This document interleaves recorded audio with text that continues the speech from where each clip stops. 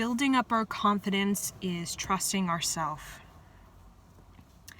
How we trust ourselves is through self-reliance and intuition. We need intuition to be able to count on ourselves. Without intuition, we are always looking outside of ourselves for the answer and for the wake-up call and for the big sign and for the divine intervention. We lose our power when we do that. It's a lot more exciting and it's a lot more rewarding and overall playful to actually be able to do that within yourself, to be the voice of reason, to answer your own questions, to create your own divine intervention, to realize the signs, the miraculous signs like arrows inside of yourself.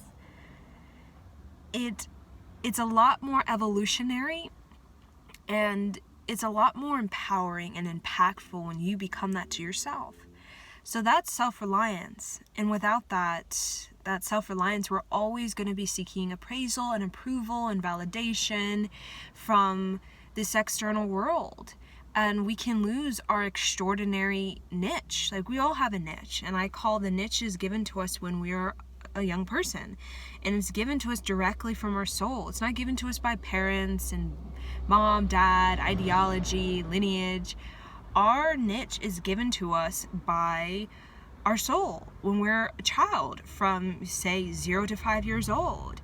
Now, depending on the family dynamic, we either cultivate that natural, extraordinary niche, or we reject it and we deny it because we didn't feel safe.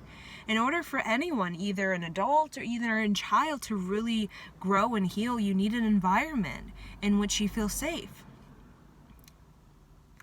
And in this world, there's a lot of noise, and there's a lot of emotion, and reactional motion, and compulsiveness, and impulsiveness, and all the negativity that just, it goes on and on and on, and creates all sort of mayhem and destruction and crises without reform. And it seems like the crises is never ending with the habits and the patterns, that the loop of it all, right?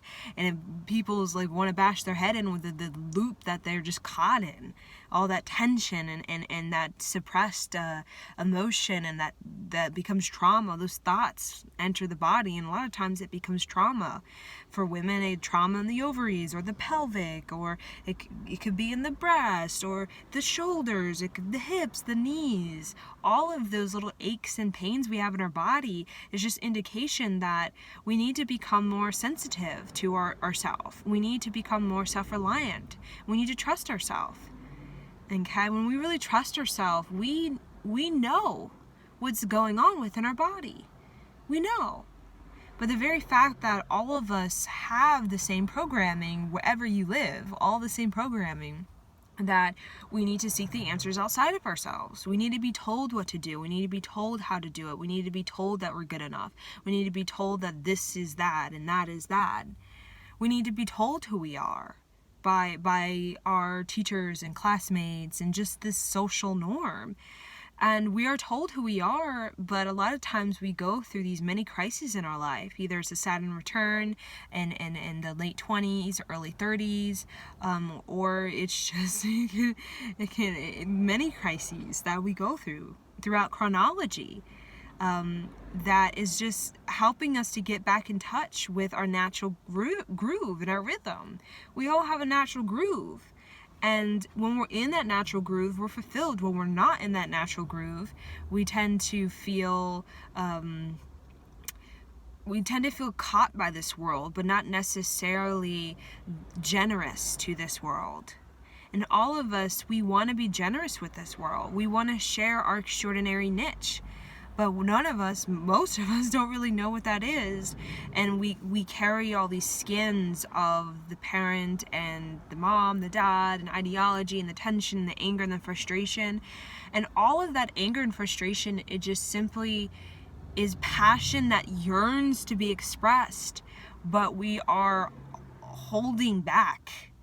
All of that anger, that frustration is passion that wants to be expressed, but we just don't trust ourselves to be able to express it because we've made mistakes, and then we created this whole dialogue in our mind about how we should shame ourselves and torment ourselves and judge ourselves, and we're all going to hell, and you're sinner and I'm sinner, and we're just all messed up kind of thing. We create those sort of mental that mental sort of attack on ourselves, okay, because of that. We're agitated because we want to open. We want our chakras to open. We want to be balanced in our chakras. We want to say how we feel, do what we feel deep inside. But when our chakra systems get so misaligned and get so attacked by this tension that we're holding in our mind, that just really just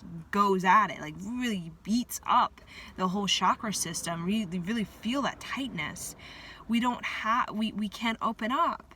And we're angry that we can't open up, because we know in order for us to have any form of prosperity or greater creativity, we have to open up.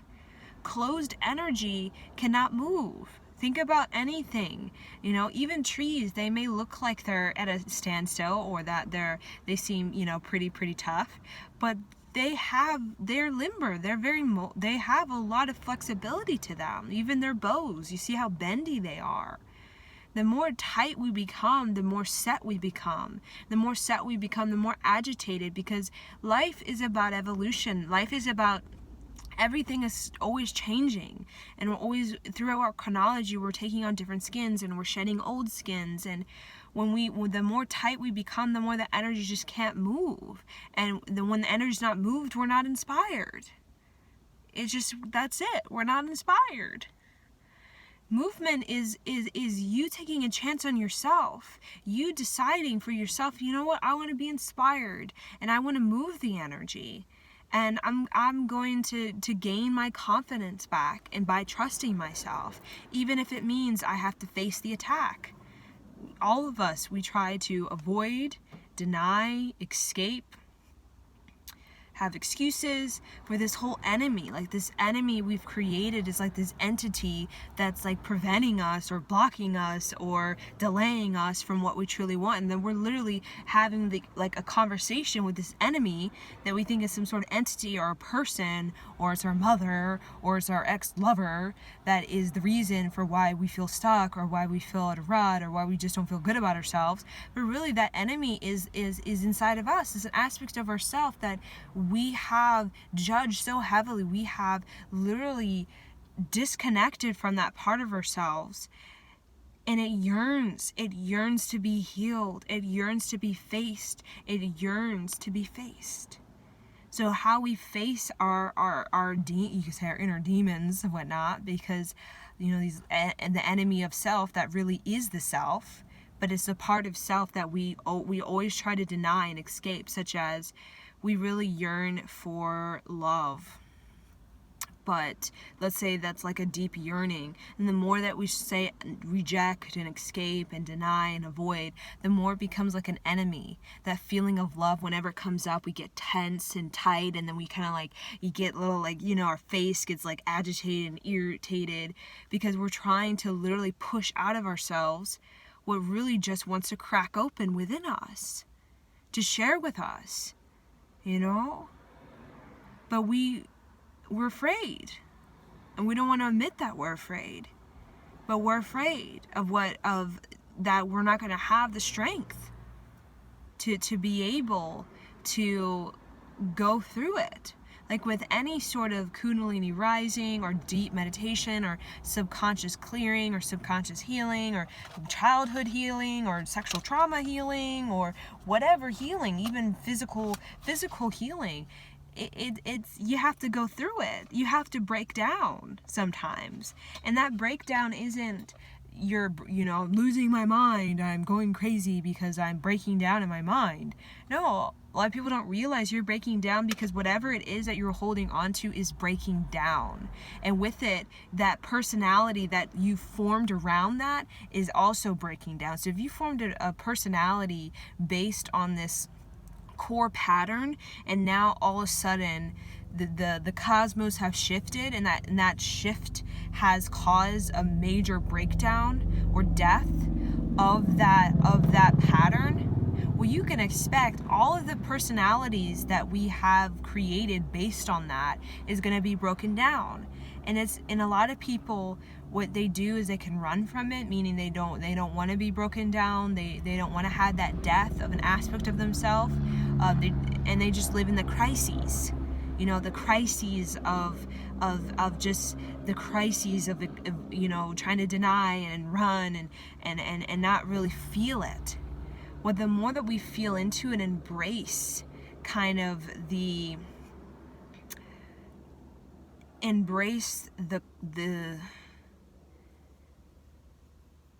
yearning to trust ourselves and to develop our intuition, we're going to be led to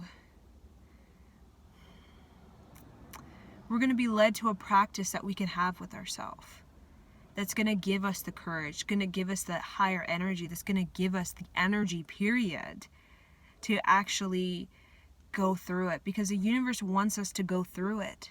The universe wants us to make it through. The universe wants us to heal, and healing is a process. That's why with any person, we cannot force somebody to heal the grief of a loved one, or the grief of the end of relationship, or the grief of, let's say, they have some sort of physical trauma in their body, and they're having a lot of grief in response to that. All we can do is give prayer that the practice they may have of blessing themselves can help them to get through it, and trust that person will get through it. And all we have to do is just be like that beacon, and just continue as ourselves, continue to be that vibration and that vortex of what it means to really be healed, to be on the other side, right? So if you are that person who you've gone through the trenches, you've gone through the pains and the aches and the grief, and you're continuing, you feel like you're in battle at yourself, when it comes to, emotions and the attack of, that enemy, just continue to literally engulf whatever sort of enemy you think is inside of you or outside of you, or whatever entity, ghost, whatever. Just engulf it with that vibration, that sound current of your healing. And what does it mean to be healed? And what does that look like? And what does that feel like? And how do I visualize that? And how does that come true for me? And how do I really step up within myself to really cultivate it and to allow it in, to answer the door? Because whenever we answer the door to healing, it's not going to be just, it's going to be uncomfortable. Always going to be uncomfortable when we answer the door to healing, and we step out of our comfort zone, and we really try to expand beyond our low self-worth. Because all of us, we have this, we grip to our low self-worth for a sense of security and identity, because it's all we know. Our mom and dad gave us this level of what we're capable of having in a relationship, in a career, and just our personality, and who we are, and how much we can give, and how much we can take. And when we are breaking down, a lot of times it's because the universe, ancestors, the spirit guides, they're saying, I'm going to break you down, and all of these sort of low self-worth attachments you have to person, place, and thing that is really it's really keeping you in this vibration. But I want you to go higher. I want you to get to a different vibrational field where you can have a different group of friends, a different sort of personality that's not, better, worse, good, bad. None of that. It's just simply a version of yourself that is more healed, right? It's more healed. Regardless of where we're always going to have this polarity, we're always going to have these negativity and this positivity, but it's more so when we're healed, we're in the neutrality. Okay, we're in the neutrality. We're not looking at this experience, good and bad, the experience as like either it's like some sort of envy or curse, or enemy or curse, or the other side, it's a blessing and it's an ally. It's a good friend, and then it's that or that. When we're healing, we're basically neutralizing everything, even our childhood and molestation or sexual trauma, or being told you're not beautiful, you're not good enough, all of these things that we have, neutralizing it through just answering the call to healing and just going through it and surrounding yourself with that vibration that really supports, an environment that really supports honesty and vulnerability and intimacy and deeper thought and just, deeper, like just letting it flow and letting it come out and really opening up and really expressing your deepest desires and, what, you're jealous or you're envy or you're agitated or, and you cry because you're like this is really overwhelming and a little bit uncomfortable. But once you really go through it and you get to that other side, you feel so much. You feel like the power's in your hand. And I can't describe, because you have to have that feeling that the power's in your hands. And when you feel that power is in your hands, it also lets you know that, wait a minute, I do have a say on my external environment. I do have a vibration that it can attract me these kinds of relationships or partnerships or career pathways or just open doors for me to walk through to get more knowledge or more wisdom so I can be better at whatever it is I'm trying to do or have more prosperity.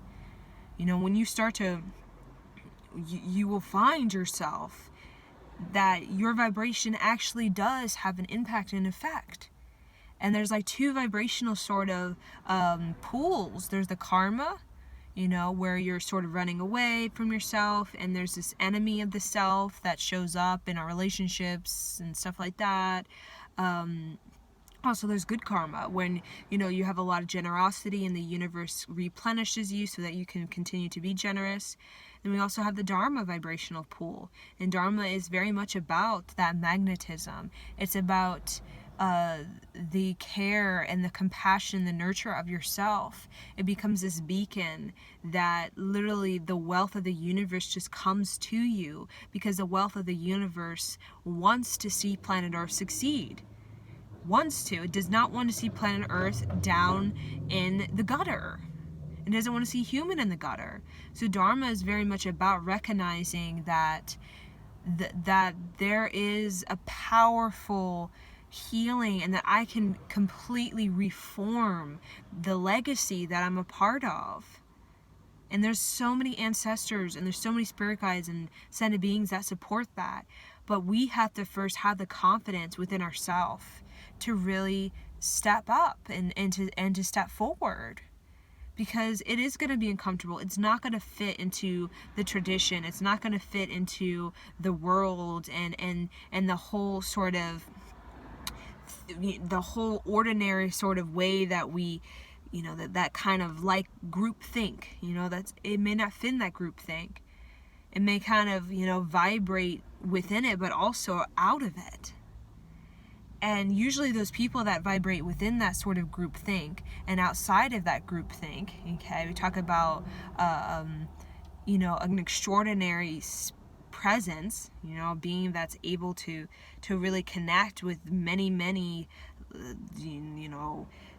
layers and of what it means to be human and to raise children and to take care of your health and to be intuitive and to really be prosperous and to be powerful within yourself. Those people tend to have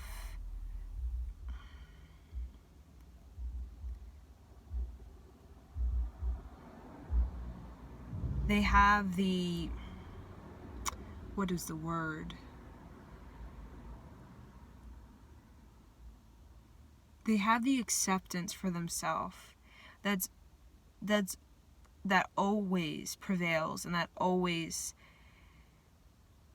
gets them enough courage or enough boldness or just enough honesty with themselves to see it through. Not everybody will see it through in this life, because it takes a lot of energy and it takes a lot of healing and it takes a lot of will to actually go through it to get to the other side. But there are many people who do get to that other side where they really do shed pounds and pounds and pounds of the things that just really agitate them and frustrate them and make them feel like kind of clogged and blocked and closed and just sort of, the loss of creativity to really create their destiny. And they feel bound to fate in the whole karmic loop of, I'm a, the sinner and judgment kind of thing.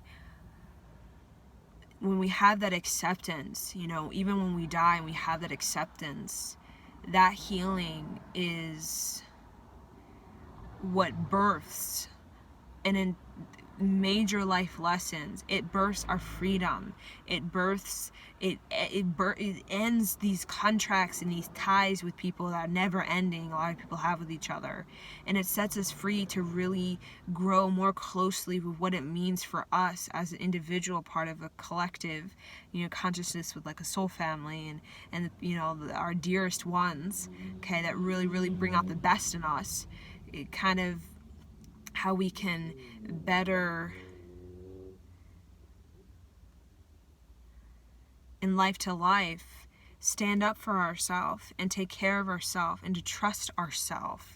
So one thing that we're learning again and again is, how can I trust myself? And resistance a lot of people have is just simply that we ultimately refuse to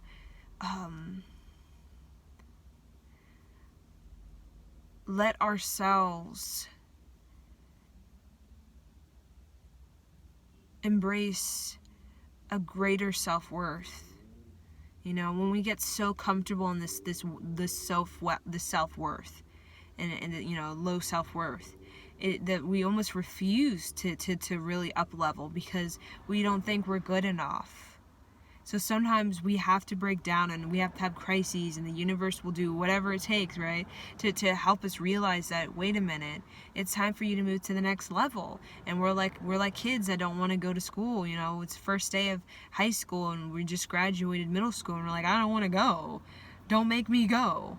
Don't make me go. But when we go, we realize how, yes, it's challenging, and we have a totally different environment, and there's a different expectation of us, and there's a different demand, and we have to step up in a different way and present ourselves and change our routine and change our thinking habits. But it's beautiful to accept the shedding of who you are and the becoming of your destiny, right? And in the way that you learn something and everything, and that's what it is. When you accept, you learn something. When we don't accept, the frustration, the agitation, all we are is just sitting in that. It's just sitting it. We're chewing on it, but we're not swallowing it, and we're not digesting it. Therefore, we're not learning it. We're not learning it, and when we don't learn it, we don't know how to really move it through the system and let it go. To really learn it is to swallow it. You chew on it, you process it, you kind of chew on it, then you swallow it, you take it into you feel it, whatever it is. It may be like really painful and make you feel, whoa, like too much. It's like eating some, for me, it's like curry. It like goes through the body. I'm like, oh my God, this is really like, I don't know about this. I don't know if I should have swallowed this because I don't like it in my body. But when you kind of just allow it, you process it, you learn about how you respond to it, and you learn how you can best heal it, right? And then it naturally, it lets go. It will let go of itself for you. But how we do it is a natural process when we're tight. When we're very tight, just like your intestines or anything in any major organ, when you're really tight, it just cannot circulate, and it cannot metabolize properly because we're so tight. Just like giving birth. Sometimes it's so painful because we're so tight in our hips or so tight in our cervix that it can't open up, and therefore we're literally trying to push a baby out of this tight, this tightness, and then it becomes unnecessarily painful. Okay, these pains that become excruciatingly painful is because that we're not allowing ourselves to open up to it. It's just like going to school and you go to algebra and you psych yourself out. You're saying, I'm too stupid to learn algebra. what you're doing is you're making it unnecessarily painful for you to learn. When you go into algebra and you just say, you know what, I'm gonna chew it, I'm gonna swallow it, it's gonna be very uncomfortable, and it's gonna make me like, my brain is gonna be like, whoa, and I'm just, I accept that I can just do my best with what I know at the time. And what I know at the time, it may not be, the best of the best, but that's okay. That's okay. That's A-okay. But I just allowed myself to learn. I allowed myself to be open. And when you're open, you allow yourself to concentrate. And any open mind usually will learn something. They might not, learn the whole algebra of algebra, but they may learn an equation. And they'll learn it really well. If it's one thing of like 20 things. Because they have an open mind. And open mind is having an environment that makes you feel good about yourself. You can't be an open mind when you're in an environment that makes you feel like crap. Or if it just feels like a bunch of people that are, sort of just these burdens. That burdens upon burdens. Right? Or it feels unproductive. Walk away. Because the more unproductive and the more burdensome we engage in, the more closed we become, and the more time that we sort of, waste chewing, when really we just need to kind of, swallow it, whatever it is. We need to, take the punch and go through it and allow ourselves to naturally let it go, so that we can kind of clean it out, and we can kind of then graduate. Okay? We all want to graduate to another level in our life, whatever that is. But we have to be open to the process. And the more that we're tense, the more, the process will go, right? So the healing is miraculous. The more like open we are, the more relaxed we are, the more that we are just kind of letting it flow and letting it come through us without judgment. The more that we judge, the more that we nitpick. We're like clawing at it. The more we nitpicking and nitpicking and nitpicking and nitpicking, and then we're and then it's like hitting our head against a wall. The more we just relax and put in that mantra of acceptance, okay, that mantra of care, that mantra of forgiveness, okay, the more we're going to experience the subtlety also, as well as the the power of passion moving through us, that passion for, the passion that gets us through, right? Where there is no passion, we just don't get through. Passion is a helpful friend. It gets us through the worst of ourselves, the best of ourselves. It helps us to see our ways. It helps us to see how we can be better with our ways. We get to see in other people their ways, and we get to learn about how we can, what it is to be unproductive and to be productive, and what it is to follow through, and how we kind of, how we sabotage that.